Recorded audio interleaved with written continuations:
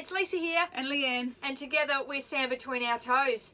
Just checking in with you guys today and telling you a little bit about our story and how we've been travelling around Australia on the road with our two dogs since March 2018. We both quit our full-time jobs, packed up everything, left home, left family, and we're truly living the freedom lifestyle. So we're able to do that. We financed that because we've got a little online business, and now we're able to help and teach and coach other women how to build and launch a profitable online business while on the road, just like we do. Yeah, it's pretty good. We found that perfect work and travel balance, so it's pretty cool. So follow our journey, follow Sand Between Our Toes, that's toes with a Z, and keep up with where we are and our next big adventure. And really we'll just come in each week with new videos of not just our travels, but any little tips and hints that we have about our vehicle and our caravan. What we take with us all the time. Yeah, maybe some shenanigans that the dogs have been up to. Whatever it is, it's a bit of an open book on the lifestyle that we're living. Yeah, so don't forget to subscribe, hit the notification button so you don't miss anything. And we'll see you on our travels. See you on the other side. See you guys. Okay, so we've made it into Yulara, heading into our campsite for the night. And as you can see here, this is our campsite. There's no green grass inside, it's just red dirt. But this is our site now. So we've just gone through the National Park entranceway. We've got our permits and information. And right ahead of us is Yulara, once known as Ayres Rock. So this is my first time here. Leanne's been here before, but this is my first time looking at the big rock that just seems to be plonked in the middle of nowhere. And in we go. It's all pretty exciting. We've gone from down south of South Australia, and it was about 12 degrees 4 days ago. Now we're in Northern Territory, just over the border, and we're sitting at 34 degrees. So she's nice and toasty, a little bit windy today, but cop a load of that in that little ripper. So that's it, that's Yulara. We're just going for a sneak peek and have a look around this afternoon, and we're just going to sort of get our bearings, and then tomorrow we're either going to do a sunset or a sunrise. Come on out and see the beautiful rock as the sun's coming up or the sun's going down, or maybe even both. We're not sure which we'll do yet. We've got a few tours lined up. And we'll see what this big rock, what all the fuss is about. Anyway, we're going to go around, check things out. That's it. Check in soon. Okay, these are just some photos of Lisa and I at the rock, being silly. Just remember guys, if you want to keep track with what we're doing, just subscribe to our channel, hit the notifications button so you don't miss any of our journeys. On the next little bit here, we're just driving around to the west of Yulara. Just to sort of get your head around how big it is. It's a massive, massive thing. It's one of the 7 wonders in the world, so it's pretty phenomenal to see. Anyway, after that we sort of come back and we set up the time lapse just to give you an idea of what it looks like as the sun's going down. And as you can see really quickly, the change of colours with the rock as it gets darker, it just changes to almost a brown colour from a bright red colour. It was pretty awesome to see. But as you can see, lots of people were there as well, so they're in the video as well. But look at it change its colour. It's just amazing how it does it. It's a phenomenal thing to watch. And then as you can see with the still photos, just the difference in the colour going from the bright red to almost brown. Anyway, so then we decided to go for a walk along the base of the rock and come across this beautiful spot. You weren't allowed to take a lot of photos because it was quite sacred, but this is one area that you were allowed to video. And just the massive size of this is looking right into the rock, on the surface of the rock from the base, and you can see the black is where the water runs down the rock. And it's just amazing how the trees grow, you know, like there's no water, nothing. It's just amazing how it sort of just all lives. Anyway, this was a beautiful walk along here. There were caves with paintings and an old woman's kitchen. But like I said, you weren't allowed to take photos, so you just respected that and you just enjoyed it. It felt very, you felt very privileged to be there actually. It was quite amazing. Anyway, once we'd seen the base of the rock, we headed over to the Olgas. Lisa just all armed up with the GoPro gear.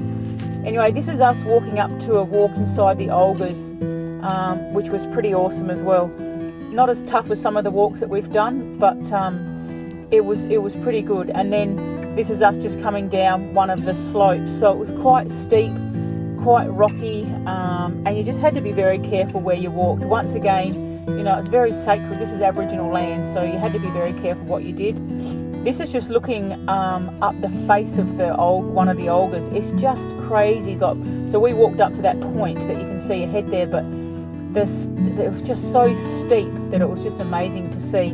Very privileged to be there. You felt very honoured to be there, which was pretty cool. So this is us at the end of the walk. It was about 1.5 km, I think. Anyway, guys, don't forget, if you do want to keep an eye on our travels, just subscribe to our channel, Sand Between Our Toes with Z, and you'll keep our channel.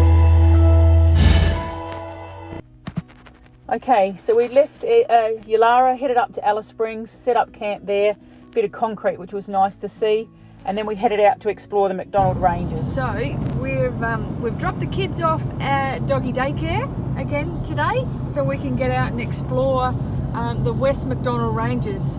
They're all national parks, so the poochies can't come with us. So we're just heading out there now to check things out. Just give you a bit of a look at where we're headed. There it is. So I'll check in again in a few moments. Check this out, guys, how the trees just grow out of the rocks. Like, it's just unreal how they survive up there. You know, like there wouldn't be any dirt or anything, soil for the roots to go into, but it just survives. It's amazing to think. It's a pretty cool spot. We'll have to check out what sort of elevation that is there.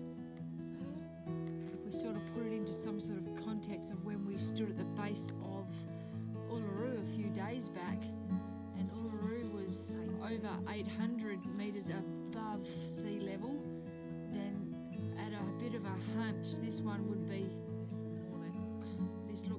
This looks more than, so we'll figure that out, guys. We'll do a bit of homework, we'll check that out for you. So guys, I'm just going to be really quiet here, right in front of me there.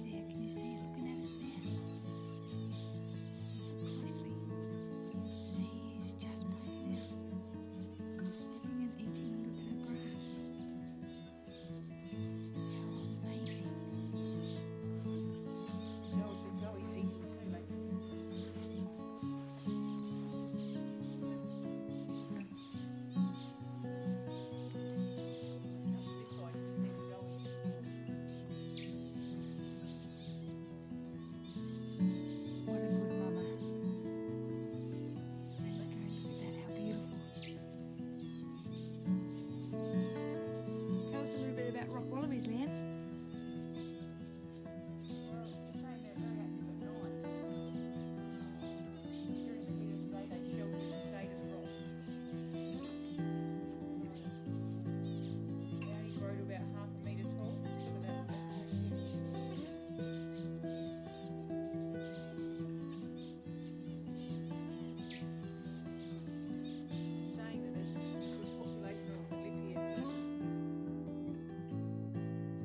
Road heading into Stanley Chasm.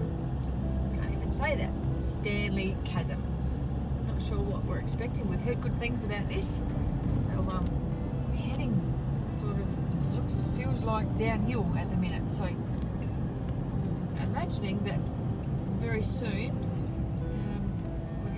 greeted by some pretty decent sights and some big rocks and some nice reflections of sun on the rock and all that pretty stuff.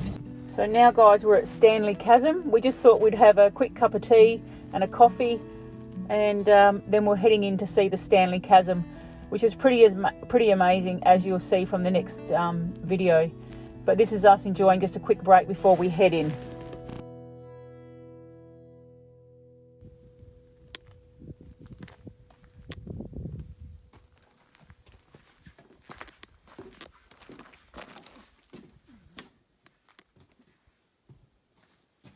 So these two rocks were forced apart by the water over millions and millions of years of the water running through, eventually split it, causing it to be like it is.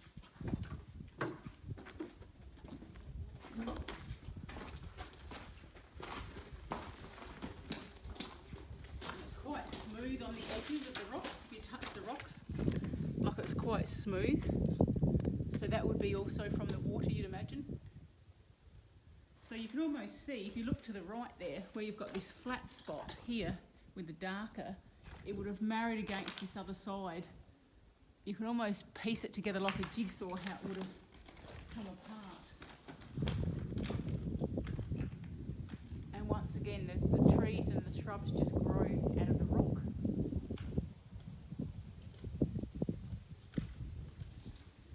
Pretty amazing place. People have told us if we had have timed this to be Midday. perfectly at midday, that's when the sun is directly ahead and it just beams in through the split between the two rocks there, and it is quite a light display on the rocks. Yeah. We're a bit early for that today because it's going to be quite warm, but you can Still sort special. it's quite a unique place, that's for sure. It's been a long time since water has filled the base of here, that's for sure. It's very dry and rocky and pebbly, and anyway, what a place.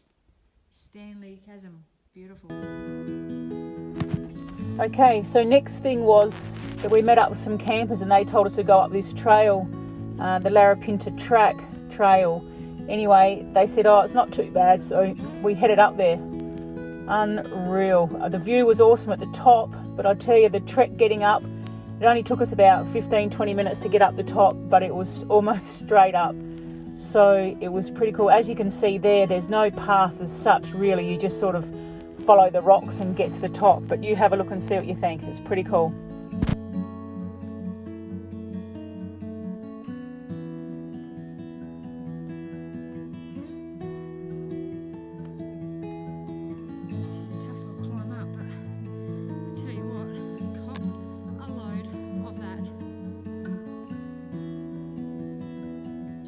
Sensational.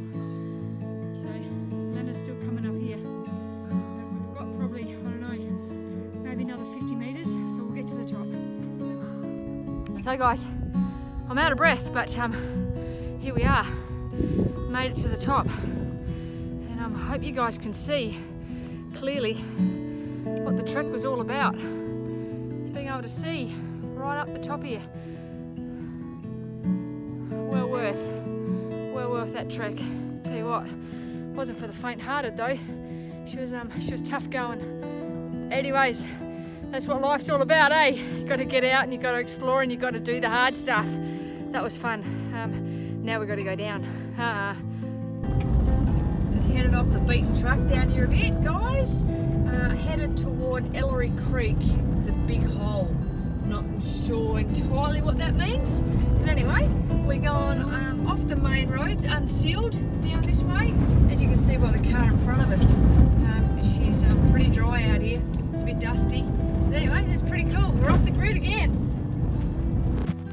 Okay, we've made our way into Ellery Creek, and it's just a beautiful thing. It's just a natural part of the Larapinta Trail.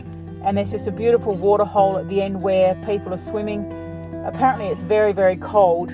We didn't go in, but everyone was telling us how cold it was. But it was pretty special to see.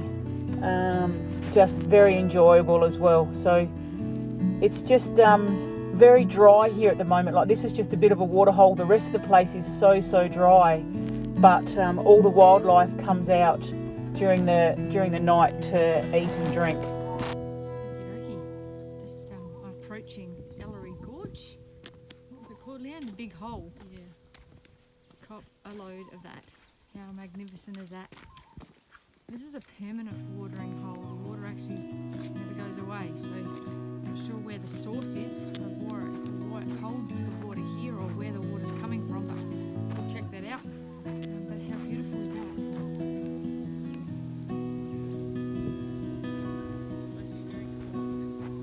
We're gonna go in for a swim, or maybe just wet our toes. Not sure what we're gonna do here yet. We'll check it out.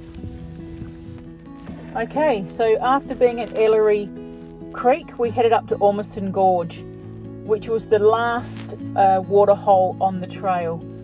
So it was pretty awesome. As you can see, it is just so dry. It would be beautiful to come up here in their wet season and just see if there was a lot of rain, because it was just amazing to see. It would have just filled up the place, and the wildlife and the plants would have just been phenomenal to see. It was still beautiful. There's a few people here swimming, so it was just very, very nice. Okay, as you can see, the other side of the gorge, there was this green stagnant water that had sat still for a very long time. Once again, guys, if you want to watch our journey, just subscribe to us on YouTube, Sand Between Our Toes with a Z. Anyway, back in Alice Springs, and I come across a sturt desert pea, which is South Australia's native plant. It was just growing wild on the side of the road. It was quite crazy to see. It looks like they have two little eyes, which is just the pea, but this was just on the footpath, so it was quite amazing. Anyway, we headed up to Anzac Hill, which overlooked Alice Springs. Beautiful memorial of the past wars and the present wars. Beautiful place, and you can see all the McDonald Ranges surrounding Alice Springs. And then, you can see the town centre in the middle. It would be pretty phenomenal to be up here on Anzac Day. Anyway, it was time to head back to South Australia, guys. So this was our next sign to head back into the colder climate. We weren't going any far north as the weather was becoming too humid to be there this time of the year. But anyway, we were heading back to camp now to pack up and get organised on what we were going to do.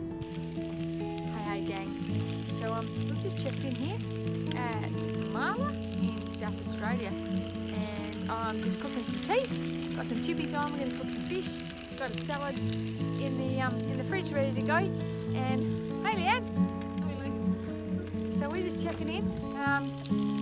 What I want to touch on today is shit happens, and what's happened for us is a bit of a change of plan.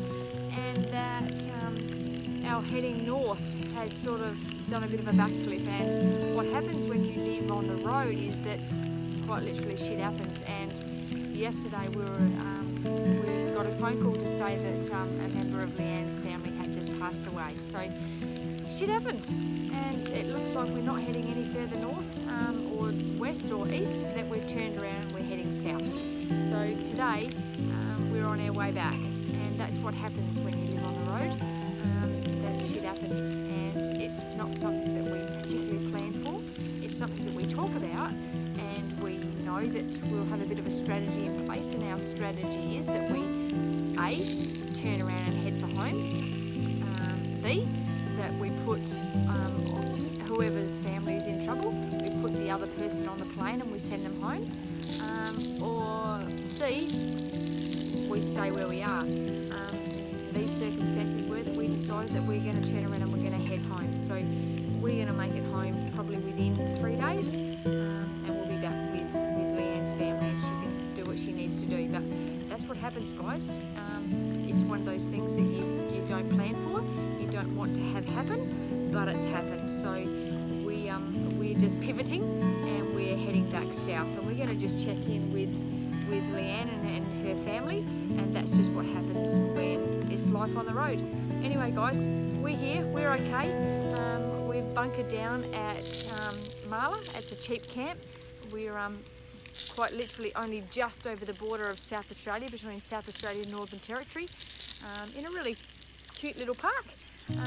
at the back of a truck stop, really, where you just get fuel and it's just a bit of a top up. And then tomorrow we'll make our way to our next destination, which will probably be a fairly big drive, maybe a 6 or 7 hour drive tomorrow, and we'll get ourselves back to Coober Pedy, still heading in a southerly direction. And from there, the next day following Coober Pedy, we'll be back into Adelaide, and then it'll be the last day. We'll go Adelaide all the way then back down to Mount Gambier in the lower southeast of South Australia, and that's when we can check in with our most immediate of families, and they're the ones that need us right now. So that's where we're headed. That's it, guys. Checking out. Okay, that's it, guys. As you can see from this little picture here, is Lisa's working on the computer while we're travelling. It's just what you do, I guess, when you're trying to keep your business up and running and you haven't got much internet service. You make the most of what you can. So anyway, guys, thank you so much for taking the time to watch this video, and stay tuned for the next one. Thanks again.